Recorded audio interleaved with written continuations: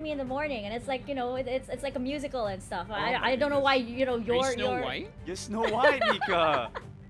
yes. Snow I, Mika. it is my life is a musical, but certainly not a musical here for Geek Fam because it is going to be a heavy day for them indeed. But like as we mentioned, they have nothing to lose at this point. I should say on the side of Flash Wolves though, it's we see them at the fifth place at the standings right now. But it should be, worth noting that a lot of teams have actually mentioned in their interview videos that they are scared and they think that Flash Wolves are one of the top teams. Like EVO's eSports, for example, mentioned that Flash Wolves are one of the teams that they would like to go up against because they feel that they're one of the strongest teams. So this is really interesting, and I think we're gonna see that today, especially since it's gonna come down to the wire here for Flash Wolves. What do you think, Rafa? So, Nunu's open for the first time today.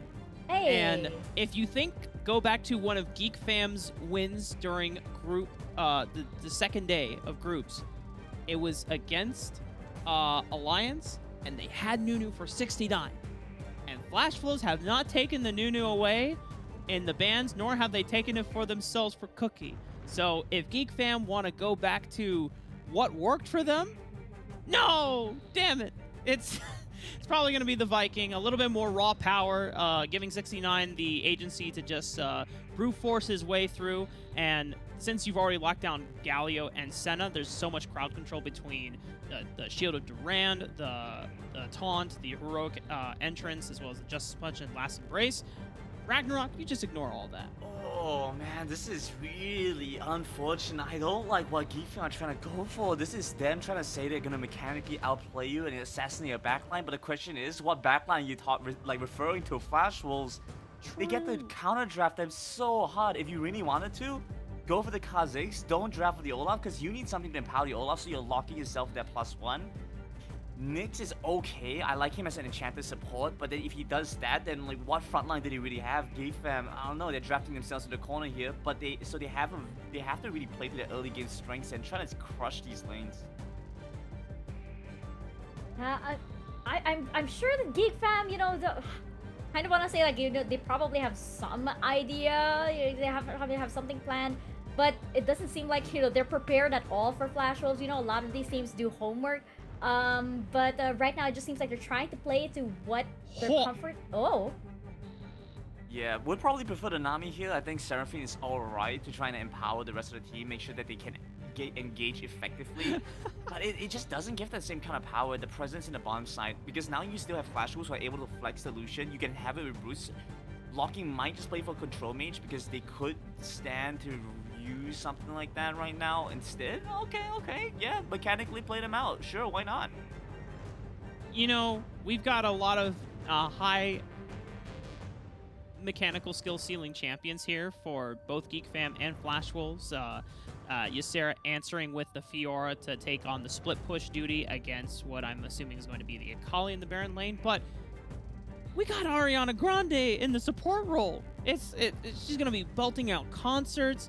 You have this Encore that is going to try to lock up the rest of the Flash Wolves. If you can combo this, then it's a potential window to just rain down a barrage of the rest of the follow-up of crowd control, and then that will allow the Ragnarok to actually be super pivotal and game-changing. Now, I know I'm giving a lot of hopium over to Geek Fam. I still take Flash Wolves to be the favorites in this series, but anytime I see Seraphine, I get super hopeful because anytime we see that combo busted out in either in the West, whether it's for the EU Origin series or the NA Summoner series, it works out. So I think this is the first time that we've seen Seraphine through C champions during the group stages so far. Interesting. So everything just syncs to you guys in that way. We're gonna see if it syncs to Geek Fam in this game. Geek Fam versus Flash Wolves, game number 1. Over to you, casters. Thank you very much, Mika. And there's something very important about Seraphine Riku. Could you give me, because she does these random noises, and I feel like that identifies with you. Can you give me your best Seraphine noise? Let's try. Oh yeah! I hope I did it justice, TJ. That was perfect! I love it. I'm glad. I passed the test. I passed the exam of TJ's, I don't know, sudden Seraphine surprise impression. I knew you would be ready. I knew you'd catch it. Oh, you know it. Well, over here now, game number 1, Geek Fam versus Flash Wolves, as the panels have mentioned. Flash Wolves is, has been on a dominating streak when it comes to performance, but not exactly towards the current group stage. No, and that's kind of a worrying sign for Flash Wolves, who are again one of these dominant teams, but they have a nasty habit of just sometimes showing up and not playing their own game. Ideally, they take these long scaling games like they've drafted for this game, and they rely on their power in mid. They rely on Bruce carrying the team fights. We just haven't seen a whole lot of that this tournament. It's either Bruce 1v9ing from moment 1, or they lose. Yeah, it seems to be Flash Wolves having 2 certain win conditions, where one is Bruce having to activate the Bruce show or not. The 20-minute mark win condition for Flash Wolves, which is could be both of could be the same result. I will attach an asterisk, which is this got much better when they came into the group stage, and one of the reasons for that was that they started playing with Demon in that bottom lane. And I think the return of Demon kind of replacing Locking really defined the early group stage. Uh-oh, there's the flash coming from the Shang. Nicely done dash, but everybody's just pouring in all the damage. Barrier activated by the Shang. Repause. Nothing will happen there as that's 3 people on top of the Shang. They are low, and Hakai's thinking about it, but he'll back away. So where I was going with that was Flash Wolves with Demon on them looked like they had another threat. Looked like there was someone else who was doing damage during the early game.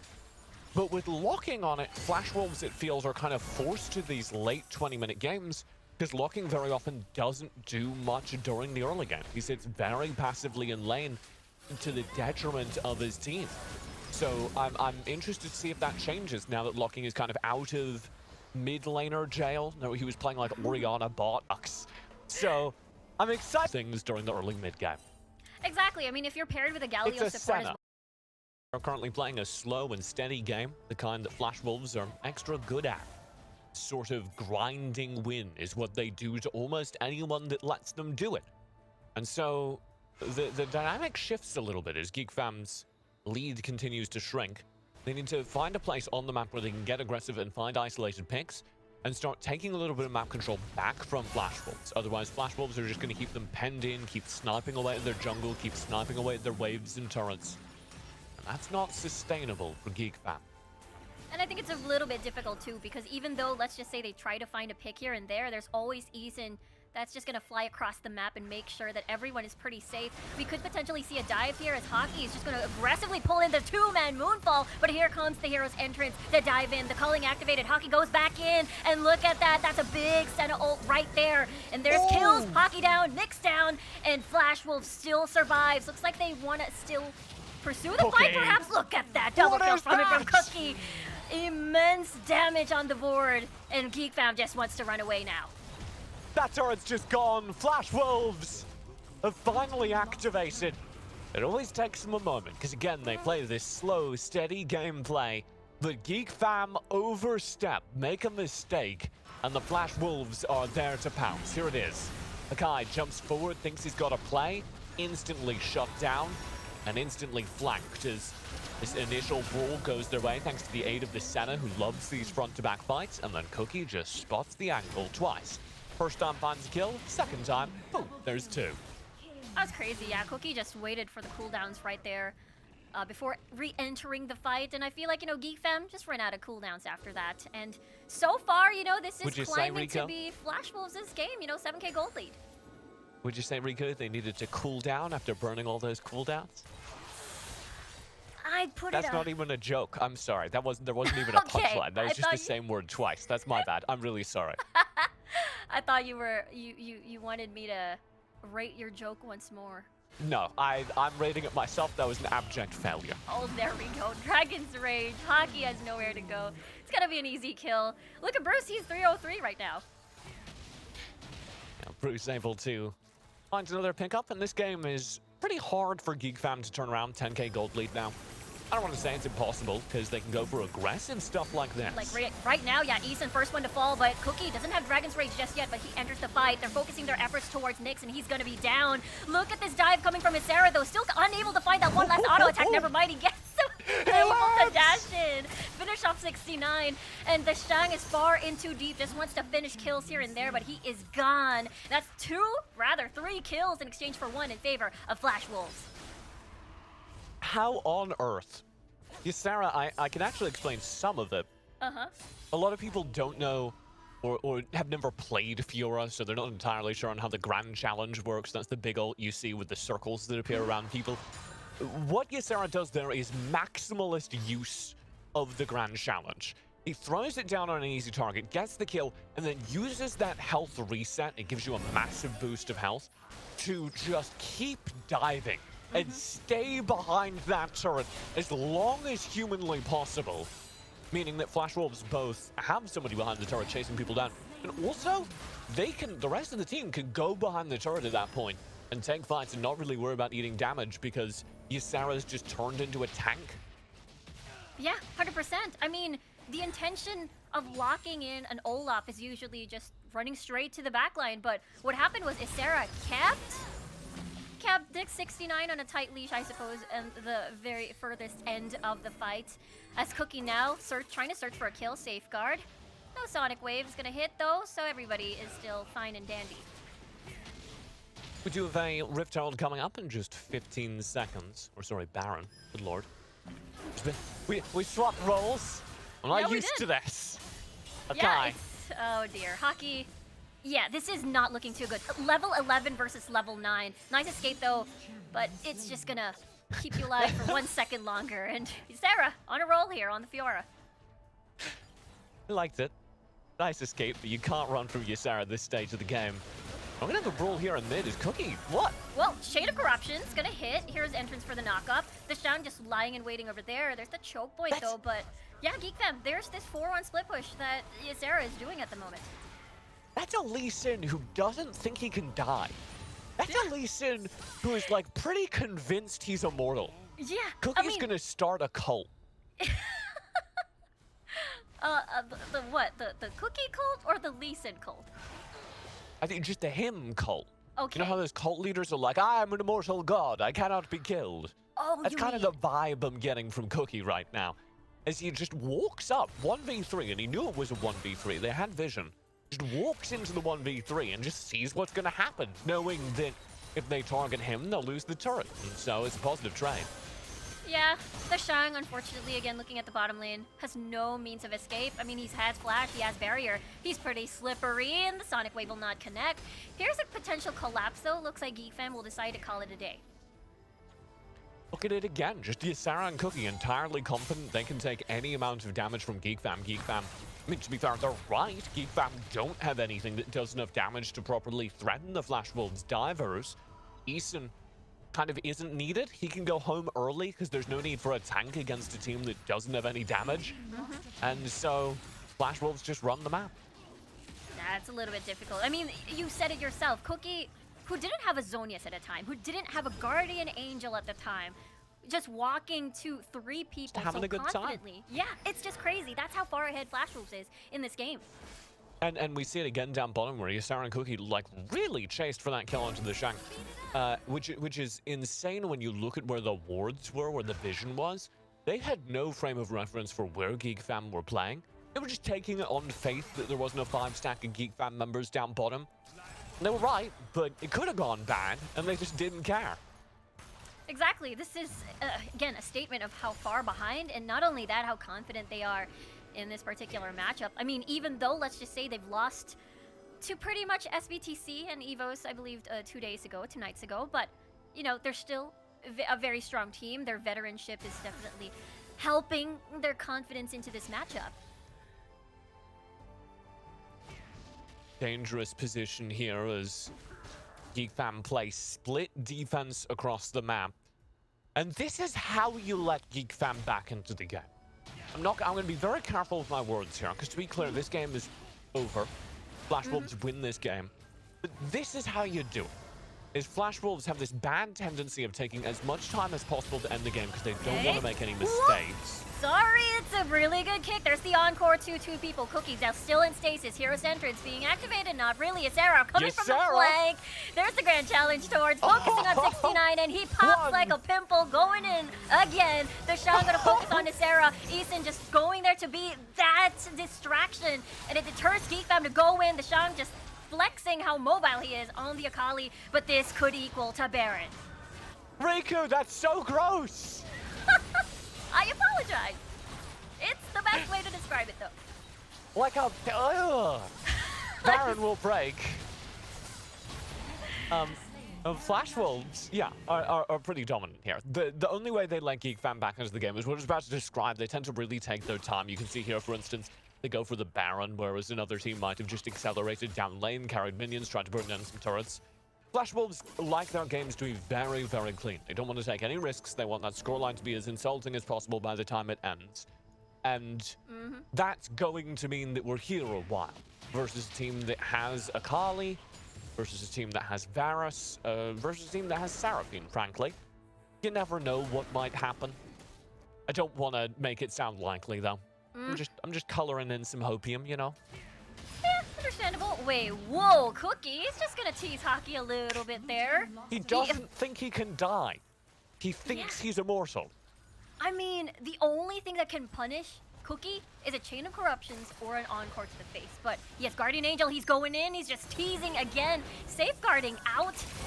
And now Geek Fam just trying to clear the waves at the moment. There's the Colleen Cookie going in for finish, and Hockey is just so low. Bruce is just gonna land one auto attack. There's the embrace. Cookie gonna just casually walk in and kick to finish off the kill. This is Flash Wolves' game right now. 30 death timers, Hero's entrance to backline, and scare off the Geek Fam out of their base. And there you go, Flash Wolves already aiming for the Nexus. This is the finish. They're ending the game. They're still taking KDAs, but it don't matter. They win this game number 1 versus Geek Fam.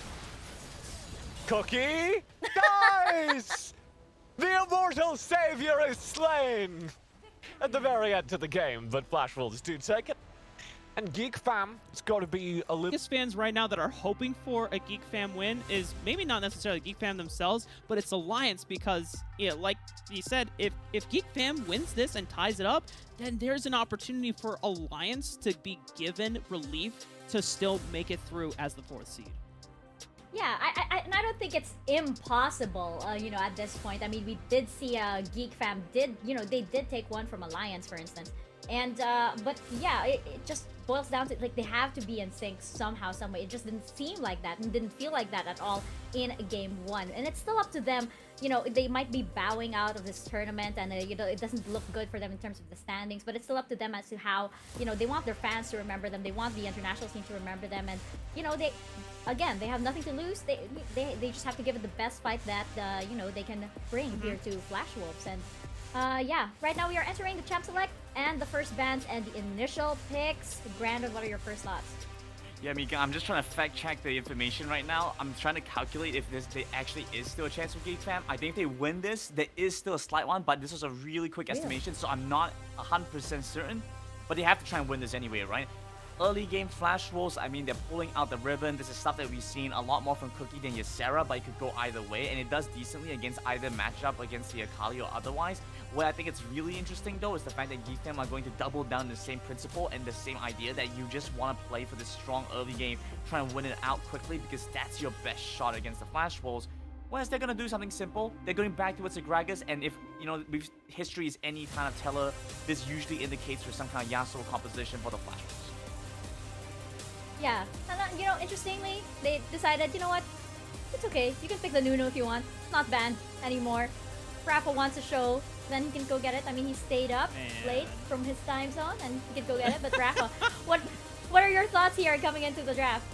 We're going into the late hours zone here, Mika, and for Geek Fam, they already locked in the Lee Sin, so we're not seeing Nunu anytime soon. Flash Wolves potentially could still lock it in if they go for Senna Gragas into the Dragon Lane duo. And as Big G called it, Yasuo being locked in for Bruce, he is one of the mid laners that still picks the Yasuo outside of Julie.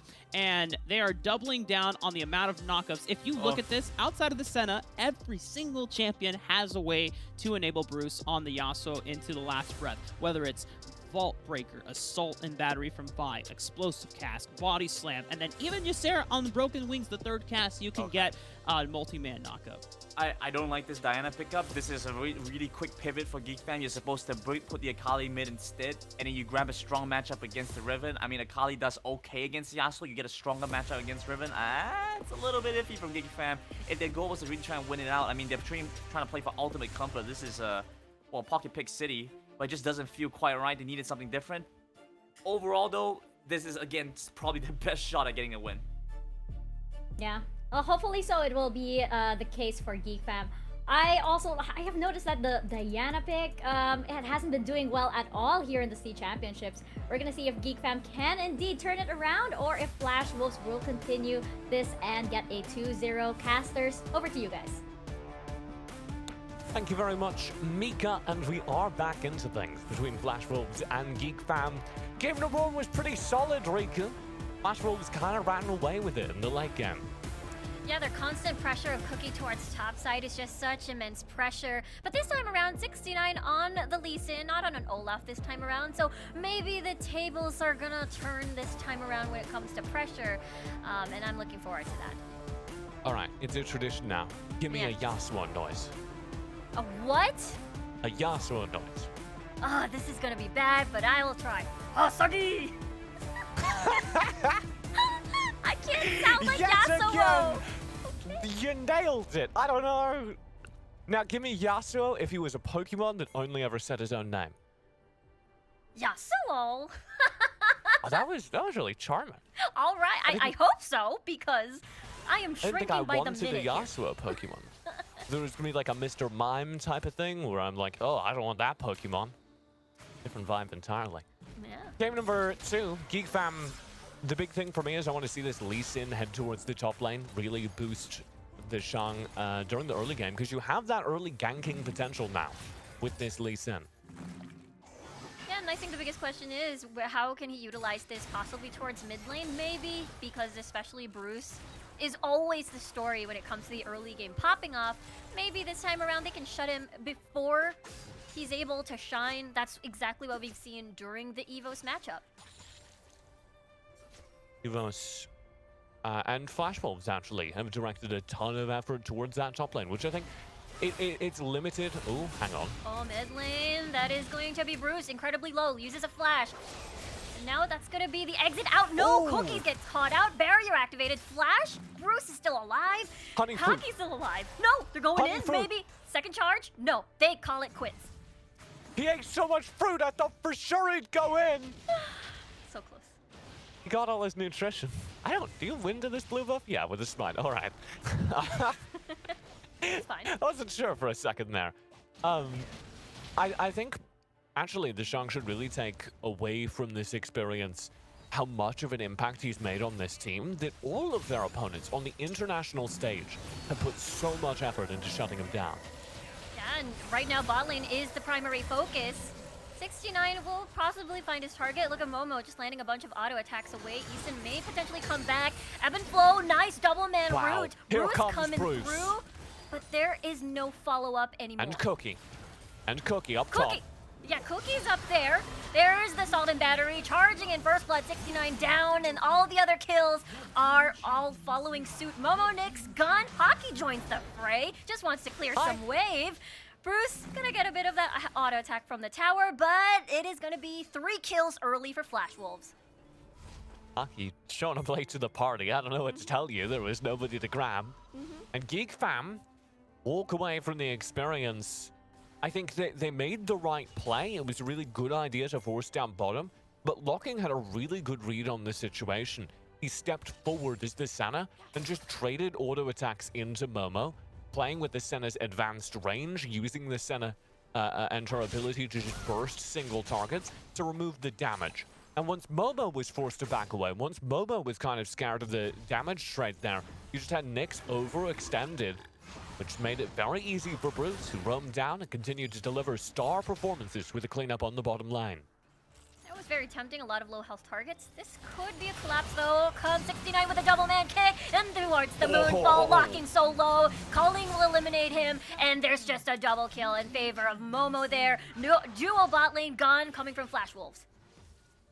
Very easy cleanup for Flash Wolves.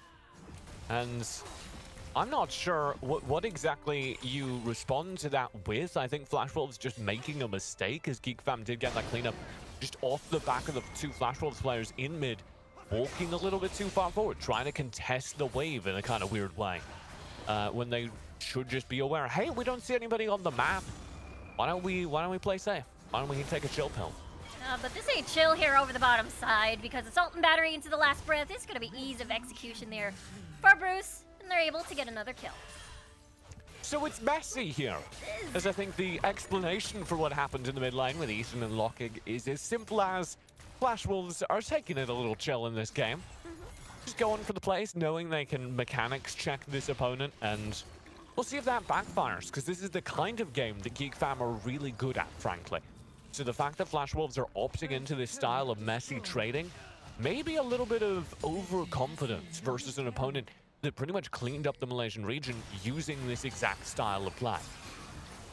Exactly, there is Momo as well on this Lucian that has been, you know, He thought about utilized it. versus Alliance, I believe, and they immediately dominated the dual lane.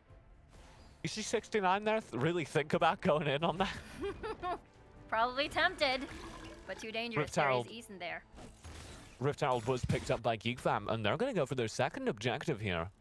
Thinking about this Drake, this is really weird. Like I said, I think Flash Wolves are just kind of, I don't want to say trolling, I want to say taking the games easy, because there's no way that Geek Fam should get both these objectives, but they're going to try for it.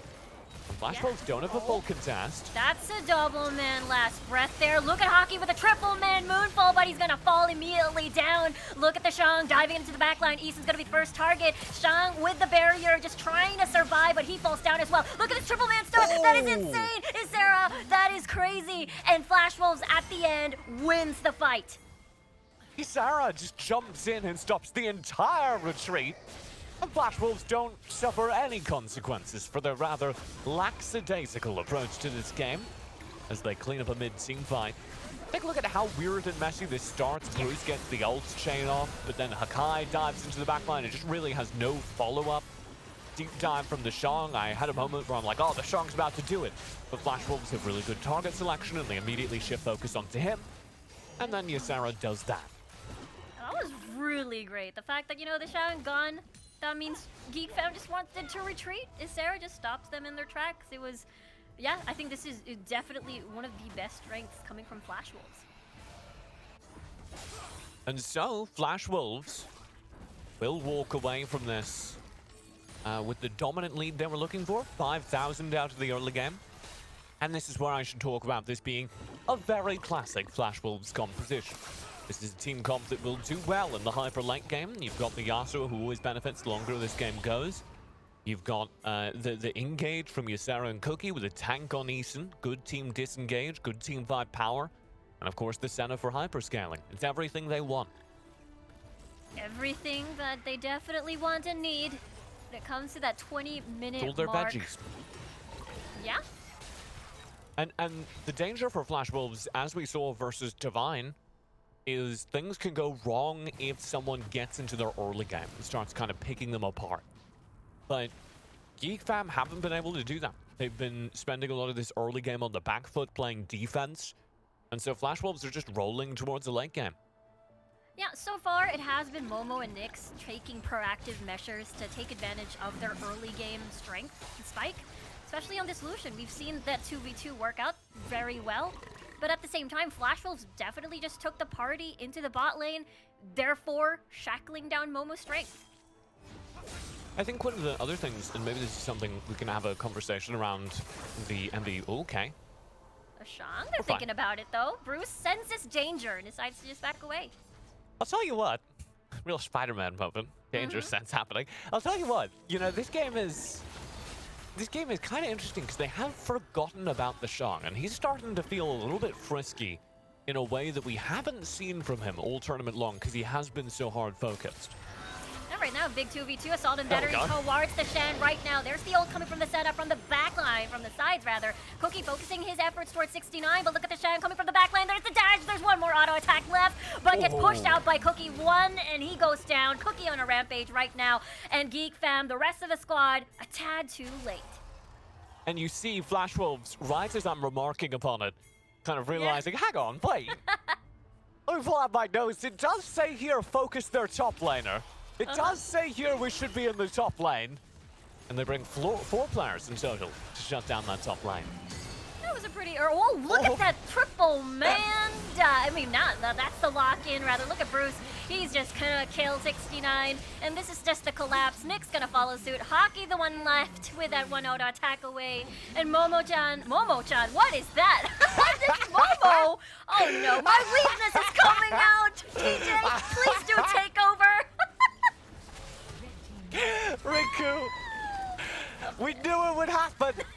I slipped right there. She's been doing nothing but talking about anime the entire time this tournament is going behind the scenes. And we kept telling her it would happen. And it slips out now between Flash Wolves and Geek Fam. Yeah, that happened. Beautiful collapse though coming from Black Wolves. Whooshoo! Change topic. Oh, I'll let that work. I'll let you cast that spell. It's alright. Thank you. I appreciate it. Anyway, 3 seconds till the Baron, Dragon rather, and one dies immediately. No hockey, no Moonfall. It's gonna be a 4v5 towards this Air Drake. Cloud Drake. Still not over. Tidal Wave into the bubble, but it's only there for that big defense. Look at the side lanes though. It's Brute split pushing so far. Sorry, Riku, I was still just reeling. I was still just trying to recover myself. You're fine. Take your time, I think. Cloud Drake is being picked up right now, actually, by Flash Wolves. Geek Fam unable to gain access. All of them pinned behind that turret. 10k gold lead, and growing as Flash Wolves grab themselves the second Drake of their game. Now this is complete domination by Flash Wolves here. 2 dragons already. Geek Fam. Oh, look at the cask. Oh dear, Momo cannot escape this one for sure, but he's able to. Very close to his death. Eason just tanking a lot of the culling shots. He's safe for now. Momo still has a flash though, so everything is a-okay. He feels empowered, emboldened for some reason, Riku. I know. I wonder why. I wonder why. I wonder what could have done that. Yeah. There's going to be pressure down mid as Flash Wolves tries to stabilize after Geek Fam did get a decent hold out in the middle of the map. Geek Fam will play a spread out defense though, and that's, as we talked about, not how you throw Flash Wolves off of their game. Did they just decide they didn't want to do the Baron? Yeah. They were just like, this game's feeling a little easy. Let's keep it going a bit longer. They Could have had that. They had the opportunity, I suppose. They kind of backtracked a little bit. The Shang, though, is going to have to face a Sarah's clutches over there. Look at the Shang with the maneuvers. Was able to dodge the ult coming from Ysera there.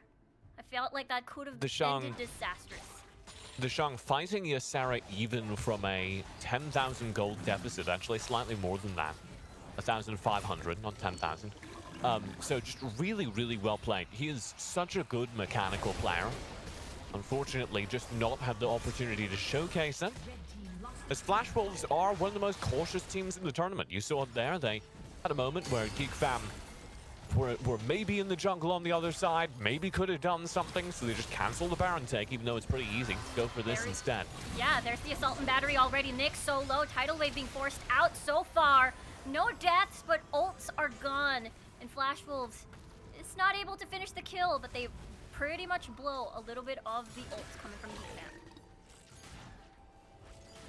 And so Flash Wolves will play their slow, steady game. You can expect them to just siege for a moment longer, look for these individual picks like they've been fishing for. And once they get 1 or 2 of those, they'll turn that into a Baron. Maybe this becomes a Baron dance in and of itself, because Geek Fam certainly are aware that it's the next major objective. I don't think Flash Wolves are going to start this, though. Flash Wolves, by default, just play for the next dragon. Yeah, they're going for that 1-3-1 split push. Of course, Sarah is able to fight toe-to-toe with Deshang.